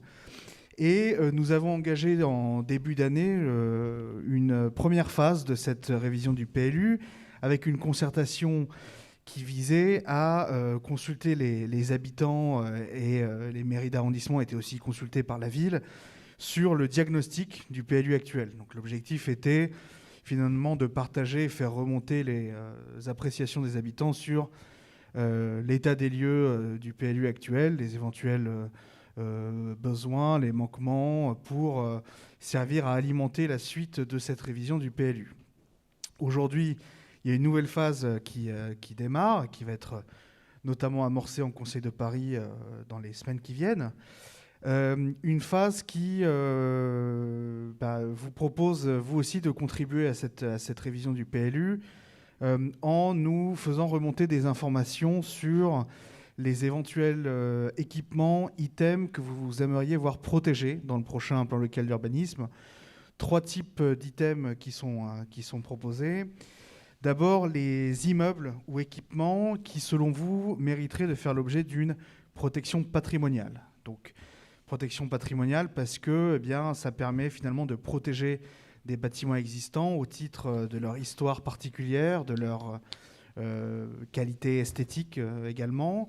Avec ici 3 types de protections qui existent. Vous avez d'abord, je ne vais pas être trop technique, mais vous avez le degré maximal de protection qui sont les protections patrimoniales Ville de Paris, qui sont accompagnées d'un certain nombre de servitudes. Alors, elles s'imposent à la fois à la ville, puisque c'est le degré maximal de protection dans le PLU des bâtiments. Donc, s'il y a un gros projet d'aménagement sur une parcelle, il faudra qu'il y ait l'approbation du comité du Vieux Paris, compte tenu de cette protection particulière. Du coup, la conséquence aussi, c'est que pour les propriétaires d'un immeuble ou d'une maison, évidemment, ça rend plus difficile la réalisation de travaux, puisque là aussi, il faudra une autorisation spécifique au titre de la préservation de ce patrimoine et de cet héritage. Un degré un peu plus lâche de protection, c'est ce qu'on appelle le traitement morphologique particulier, les TMP. Et là, l'objectif, c'est plutôt de protéger, je dirais, la volumétrie particulière qui peut exister dans un bâtiment. Par exemple, si vous avez une vieille maison avec une cour intérieure, là, l'objectif de cette protection, ce sera de préserver l'espace avec la cour, et ensuite, vous pourrez toucher plus facilement au bâtiment en tant que tel. Et enfin, le dernier type de protection qui, lui, est beaucoup plus lâche, c'est ce qu'on appelle le signalement. Donc là, l'objectif, c'est plutôt de signaler un bâtiment pour un intérêt particulier qu'il revêt, pour que les services qui veulent y faire un travail d'aménagement l'aient en tête, sans pour autant qu'il y ait une protection inscrite dans le dur, si je puis dire, dans le PLU. Donc nous, ce qu'on vous propose, la Ville de Paris a demandé à la mairie du 15e de lui faire des retours sur des éventuelles protections patrimoniales qu'il faudrait apporter dans le prochain PLU. Et ce qu'on vous propose, c'est vous de nous faire une remontée éventuelle de bâtiments que vous auriez en votre connaissance qui devraient faire l'objet d'une protection. Et puis nous, on l'intégrera dans la copie qui sera proposée par la mairie du 15e à la Ville de Paris. Second item d'intérêt pour nous ce soir, c'est les espaces végétalisés ou les arbres remarquables. Donc, évidemment, il y a déjà des espaces qui font l'objet d'une telle protection dans Paris, mais si vous en connaissez qui ne le sont pas encore, là aussi, vous pouvez nous faire des propositions. Alors, évidemment, je dis, si vous connaissez des espaces qui ne sont pas encore protégés, j'imagine que tout le monde n'a pas forcément en tête le plan local d'urbanisme actuel de Paris. Il est consultable facilement sur le site de la mairie. Puis je vous montrerai dans une slide suivante comment est-ce qu'on peut le repérer pour ceux qui auraient envie de s'y intéresser de plus près. Mais l'idée, si vous voulez, c'est, pour nous, c'est vraiment... finalement, ne vous souciez pas de savoir si aujourd'hui un espace végétalisé fait déjà l'objet d'une protection. Faites-nous la remontée. Il vaut mieux, nous, que nous ayons des éléments proposés qui existent déjà que de passer à côté d'un espace qui serait à protéger et qu'on n'aurait pas forcément en tête, ou un arbre remarquable qu'on n'aurait pas identifié. C'est plus important, si vous voulez, d'avoir des éléments en doublon qu'on peut, nous, ensuite trier avec les services que, encore une fois, de passer à côté de quelque chose. Et le dernier point, ce sont les éventuels besoins en équipements locaux d'intérêt général qui... l'importance, pourquoi c'est d'intérêt, c'est parce que s'il y a des besoins, par exemple, en équipement culturel, en crèche dans votre quartier, dans le plan local d'urbanisme, on peut proposer à ce que certaines parcelles, à l'avenir, en cas de rénovation du projet, fassent l'objet d'une installation de cet équipement d'intérêt collectif. Donc c'est important d'avoir cette remontée-là pour pouvoir essayer de la faire inscrire comme besoin du quartier dans le PLU. Donc voilà, ce qu'on vous propose, c'est vraiment de nous faire des remontées de terrain comme ça. On a bien conscience que le PLU, c'est un document qui est très complexe, très difficile à prendre en main, mais là, avec ces 3 propositions de remontée, il y a une possibilité assez concrète de vous saisir de cette révision du PLU et de faire remonter des propositions très proche du terrain. Et puis évidemment, à l'avenir, dans les années qui viennent, il y aura d'autres possibilités de participer à cette concertation, puisque comme je le disais, il y a plusieurs étapes successives qui nous mènent ensemble jusqu'à fin 2023, début 2024. Juste pour vous donner une petite illustration, on voit peut-être pas très bien de loin, mais vous voyez, dans votre quartier, par exemple, il y a beaucoup d'espaces qui font l'objet d'une protection patrimoniale Ville de Paris. Ce sont les espaces qui sont assurés en noir. Vous avez par exemple cette école dans laquelle nous sommes qui est protégée, le lycée Buffon. Vous avez plutôt du côté de Cambronne, vous avez la synagogue par exemple. Enfin, il y a plein d'espaces comme ça qui sont protégés. Et puis vous avez aussi les espaces verts qu'on voit. Alors normalement on les voit assurés en vert fluo dans le document du PLU qui est disponible sur le site de la ville. Voilà, ce sont des espaces des espaces verts qui sont protégés. Donc ça veut dire que s'il y a des grands projets urbains sur ces parcelles-là, eh bien, il faudra préserver cette végétalisation. Si vous souhaitez nous faire des remontées, vous avez cette adresse mairie15@paris.fr. Donc n'hésitez pas à nous envoyer un mail avec l'adresse, un petit descriptif de pourquoi est-ce que vous le proposez à une protection patrimoniale ou protection de l'espace vert ou l'arbre remarquable. Et puis nous, on l'intégrera comme ça à notre copie mairie du 15e qu'on transmettra à la ville de Paris. Voilà ce que je pouvais vous dire sur la révision du PLU et ce qu'on vous propose de nous faire remonter pour participer à cette nouvelle phase. Je le disais au début, il y a eu donc cette première phase sur le diagnostic du PLU. Il y a une synthèse qui a été mise en ligne par la ville de Paris, donc vous pouvez la consulter. Le 15e arrondissement fait partie des arrondissements qui ont plutôt bien contribué à ce premier exercice, pour exprimer notamment un certain nombre de besoins, beaucoup sur les enjeux environnementaux et de végétalisation. Voilà ce que je pouvais vous dire. Vous avez peut-être déjà si vous avez des questions sur cette première partie sur la révision du PLU, et puis sinon je passerai à une présentation des projets du budget participatif. Très bien, budget participatif donc. Donc comme vous le savez, le 15e avait droit à 5 projets donc, cette année au budget participatif, avec donc, les 5 lauréats pour un budget total de 3 820 000 €. Avec le premier projet, donc le projet, je les classe par ordre d'importance budgétaire.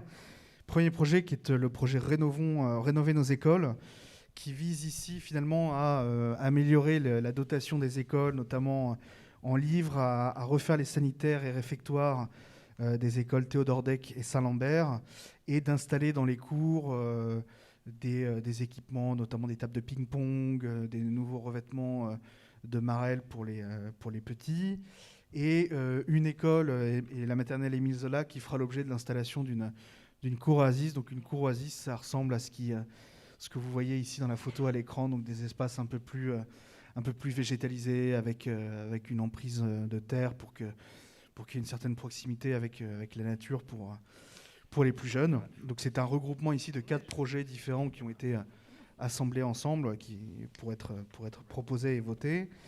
Second projet, c'est la poursuite de la coulée verte dans le quartier de Beaugrenelle. Donc la coulée verte, elle fait partie de l'arc vert structurant qui a été voulu par le maire Philippe Goujon. Donc cette coulée verte, elle a été phasée en 4 phases, la coulée verte à Beaugrenelle. Et donc là, ce vote permet la réalisation de la 4e et dernière phase qui sera installée entre la rue du Théâtre et la rue du Docteur Finlay.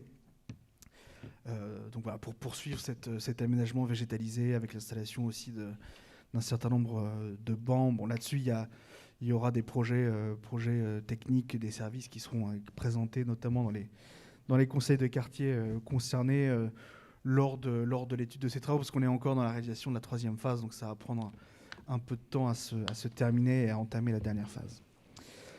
3e projet, donc ça c'est pour vous donner un exemple de ce qui sera fait. Donc c'est vraiment la dernière phase qui est la plus à droite qui sera réalisée, et on a présenté en conseil de quartier cette semaine les plans d'études de la phase 3 avec des options qui ont été présentées en conseil de quartier et qui ont été choisies par les habitants. 3e projet, c'est le projet de maison de santé aux frères voisins, qui est un projet qui a été déposé à plusieurs reprises et qui a finalement été voté cette année. Donc ça Ça montre aussi que il faut être téméraire et persister à présenter des projets au budget participatif si vous en avez qui vous tiennent à cœur. Donc, il ne faut pas hésiter à les reposer 1, 2, voire 3 années de suite. Et ici, donc, ce projet maison de santé, comme on peut en avoir d'autres dans le 15e arrondissement, qui a été voté, qui sera étudié pour l'installation aux frères voisins, en partenariat notamment avec le dispositif PariMed, qui permet d'installer des praticiens qui se regroupent et qui sont conventionnés en secteur 1. 4e projet, c'est le projet de sécurisation des espaces piétons, pour les piétons et pour les cyclistes, avec surtout l'installation de ralentisseurs et d'arceaux pour les vélos, donc pour essayer de sécuriser avec les ralentisseurs la déambulation des piétons. Alors il y aura plusieurs projets qui ont été regroupés en un. Projets proposés concernaient notamment rue Castagnari, l'angle de la rue Malassis et Olivier de Serres, les abords de l'école Théodore Deck ou encore les abords du du gymnase Émile-Antoine. Et enfin, dernier projet qui a été voté, là aussi c'est un regroupement de plusieurs projets, mais c'est un projet de dynamisation d'espaces de jardins partagés et de lieux de biodiversité, avec donc plusieurs espaces concernés. Les jardins partagés Fleurs de Bithune et Ombrelle et Coccinelle. Donc vous voyez, ce sont les deux premières images à l'écran.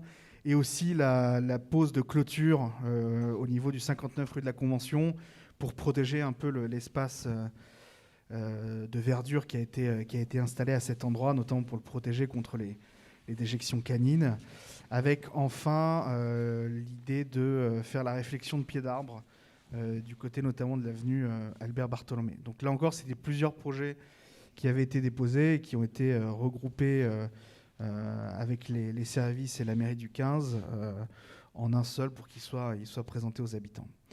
Donc voilà les 5 projets qui ont été choisis par les habitants cette année. Ce que je peux vous dire, c'est que pour l'année 2022, la date de dépôt de projet a été un petit peu avancée. Elle aura lieu du 5 au 25 janvier prochain, donc c'est un mois en avance par rapport à ce qui s'est fait l'année dernière.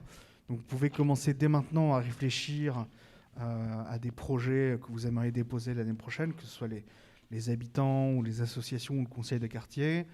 Voilà, je sais que vous aviez déposé un projet qui n'a pas été retenu pour des questions de nouveaux critères du budget participatif, c'est-à-dire que quand il y a des travaux d'aménagement de voirie qui sont trop lourds, eh bien c'est rebasculé dans le dispositif embellir votre quartier, ce qui a priori sera le cas donc, du projet qui a été déposé, mais voilà, n'hésitez pas à déposer d'autres projets si vous le souhaitez, si vous avez notamment des questions sur la recevabilité de projets. J'ai déjà eu l'occasion de le dire dans un conseil de quartier. Moi, je suis à votre disposition et je serai ravi de vous aider à préciser le projet s'il ne rentre pas dans les clous.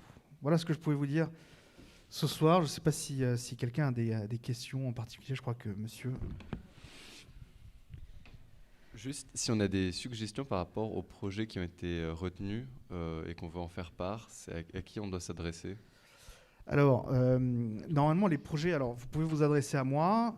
Il se trouve que les projets qui ont été retenus, normalement, font l'objet d'un périmètre assez précis, puisqu'ils ont été acceptés par les services techniques qui en a fait une première étude de recevabilité. Donc l'idée, c'est que s'il y a, par exemple, l'installation d'un ralentisseur rue Castagnari, par exemple, qui a été proposé et retenu, on ne va pas déplacer ce ralentisseur et le mettre dans une autre rue parce que les services ont étudié la faisabilité et l'installation à un endroit assez précis et il faut respecter aussi la fidélité, si vous voulez, du projet qui a été déposé. Mais si vous avez des propositions sur des projets qui peuvent être un peu plus larges, n'hésitez pas à m'en faire part et on pourra ensuite relayer lors des réunions techniques. Parce que là, je voyais le projet pour les pistes cyclables et tout ce sujet. Ouais. On en avait parlé plusieurs fois à nos réunions de quartier, que justement, dans le 15e, nos pistes cyclables sont détériorées, et donc on avait des plots, et donc je n'ai pas vu apparaître l'entretien de ces pistes. Donc je pense que j'espère que c'est dans le budget de me refixer ces plots. Alors, a priori, dans ce budget-là, ce qui a été vraiment voté, c'est l'installation des ralentisseurs aux quatre adresses que je vous ai données, et plus la pose d'arceaux à vélo au niveau du parc Suzanne Lenglen. Okay. Donc ça va être difficile, si vous voulez, de... Ce dont vous parlez, ce sont les budgets d'entretien. Hein. D'accord, ouais. Donc ça, c'est un autre budget. C'est pas le budget participatif. En revanche, pareil, sur un souci, si effectivement vous voyez une piste cyclable se détériorer, etc., vous le dites à Valérie, et Valérie va au service de la mairie du 15e ou voir l'adjoint en question pour essayer de trouver une solution. Pareil pour les nids de poules, par exemple. On a beaucoup de nids de poules. N'hésitez pas, Valérie est spécialiste des nids de poules. Donc vous lui dites un nid de poule, vous lui envoyez une photo, et elle va contacter bien évidemment l'adjoint ou le service concerné. Mais alors vous ne contactez que pour les nids de poules? Oui, il y a des rues dans notre quartier qui sont extrêmement tristes. Je pense à la rue des Volontaires, où il y a des établissements scolaires, il n'y a pas du tout de verdure. Et la rue Blomet également, où il y a des écoles là. Il n'y a absolument pas un arbre, rien de vert. Et c'est dommage parce qu'il y a des écoles, il faudrait que ce soit un petit peu moins triste. C'est une bonne remarque, merci. Alors c'est une bonne remarque. Alors je connais pas mal cette rue. Ce qui peut, par exemple, c'est encore une fois, je veux juste donner des idées, je ne suis pas là pour orienter la teneur des budgets participatifs, mais par exemple, ce qui a été fait au niveau du collège du Hamel, c'est l'installation d'un mur végétalisé qui tient plus ou moins bien en fonction des saisons, mais c'est...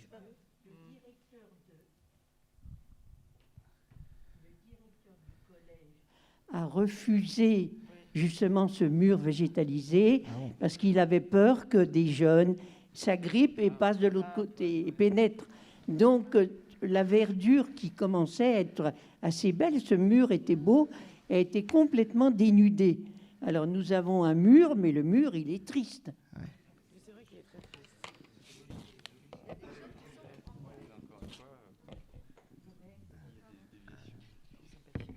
Il me semble bien qu'il y a déjà à l'époque où ça avait été installé, ça a été retiré parce que des jeunes avaient pénétré dans les écoles. Oui, exact. Il y avait eu une intrusion dans l'école grâce à ça. Oui, tout à fait.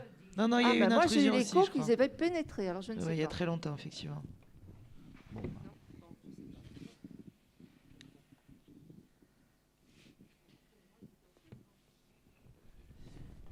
Oui, a priori, il y avait une intrusion.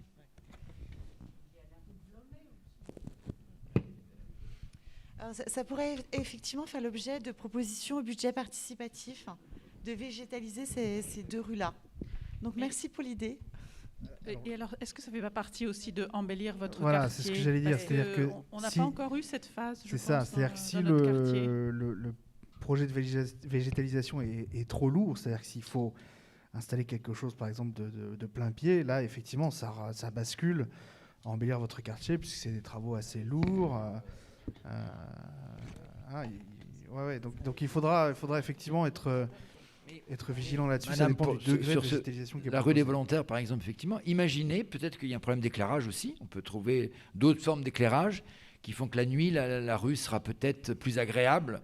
Et bon, voilà, l'éclairage joue beaucoup dans ces rues mais au prochain budget participatif, par exemple, l'éclairage, des formes d'éclairage à un endroit précis peuvent faire partie d'un budget participatif, je pense. Oui, et d'ailleurs, on a, avec le budget participatif, financé un dispositif d'éclairage intelligent à Saint-Lambert qui permet aussi on a installé un éclairage qui est un peu moins agressif d'un point de vue visuel, puisqu'on remplace la lumière bleue par de la lumière un peu plus chaude. C'est aussi plus respectueux de la biodiversité locale et qui permet d'augmenter le niveau de luminosité quand il y a des passants, avec un nouveau système d'éclairage par LED.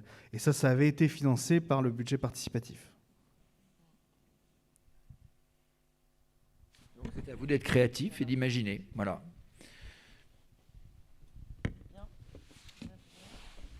Eh bien, merci, c'était les derniers sujets. Merci à tous, merci pour votre participation. Merci Mathieu d'avoir participé encore une fois à une réunion publique et merci Nicolas aussi d'être venu ce soir. Il y a une dernière question. Dernière question. Le conseil de quartier pourrait sensibiliser les habitants quant à la propreté. Je ne sais pas si vous avez vu toujours rue des Volontaires, au niveau du métro, il y a une poubelle. Or, les gens qui rentrent dans le métro jettent leur mégot, mais à côté de la poubelle. Et vous avez la poubelle et au pied de la poubelle, mais beaucoup, vous regarderez, beaucoup de mégots. Alors, je ne sais pas moi.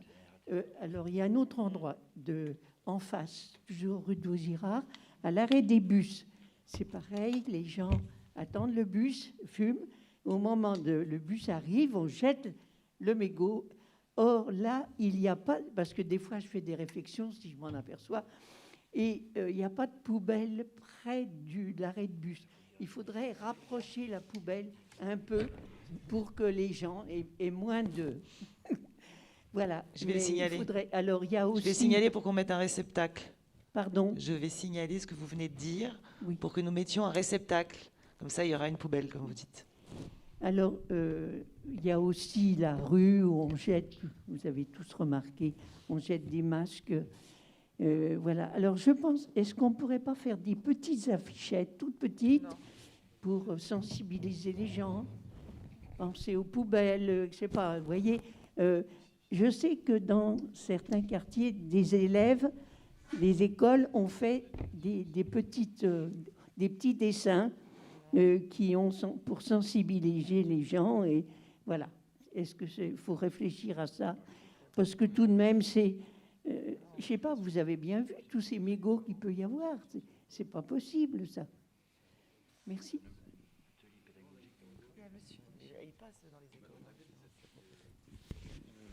Bonsoir. Sur ce sujet, je pense qu'il serait utile de mettre à côté de chaque banc une poubelle. Je suis près des squares Cambronne et Garibaldi. Il y a des magnifiques allées qui ont été faites. Il y a 2 bancs de chaque côté. Et tous les 2 jours, c'est rempli de